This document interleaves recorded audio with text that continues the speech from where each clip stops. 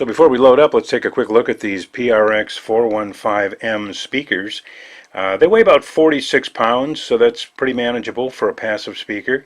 Rated at 129 dB SPL, so these should work out very fine today for the job that we have. And we're going to be powering these with that Crown 6002 from the XTI series, so that's going to give us plenty of power.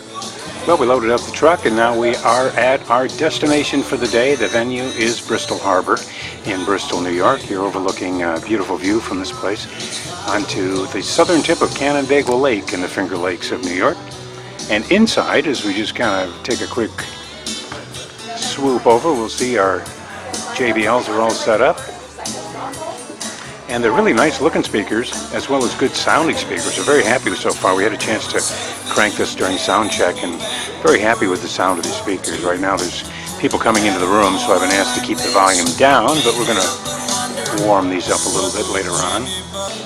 We had them set earlier on the 10-degree tilt, but because of the throw that we need here, and our dance floor is quite a ways out, and we decided to put them back up straight.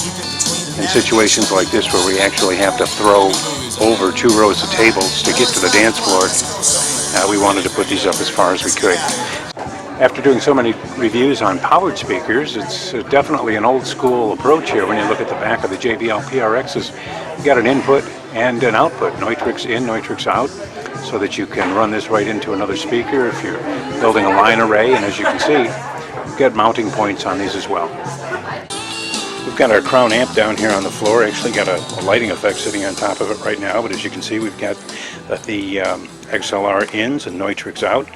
1400 watts per side. We're using this in stereo tonight and going into 8-ohm speakers, so we're looking at 1400 watts per side out of this. And as I mentioned, there's a built-in digital signal processing on this, so for different applications it's very easy to set the amp up.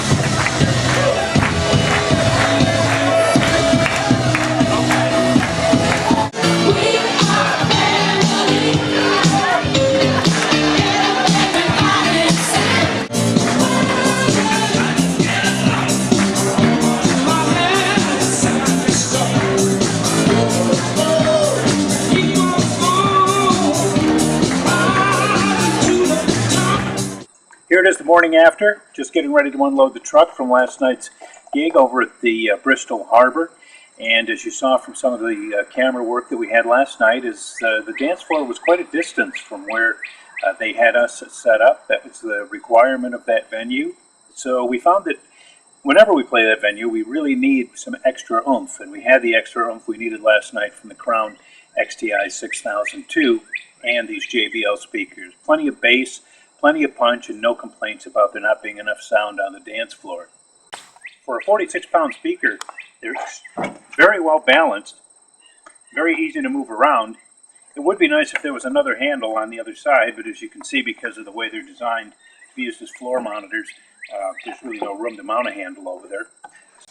And on the bottom, we have the double sockets again for the stand, so you can set them up straight or you can set them up at a slight angle. On the Crown amplifier, this is the 6002. It's the higher powered model from the XTI series. We've got the specifications for all the other models and the other JBL PRX series speakers right below this, right below me here in the text.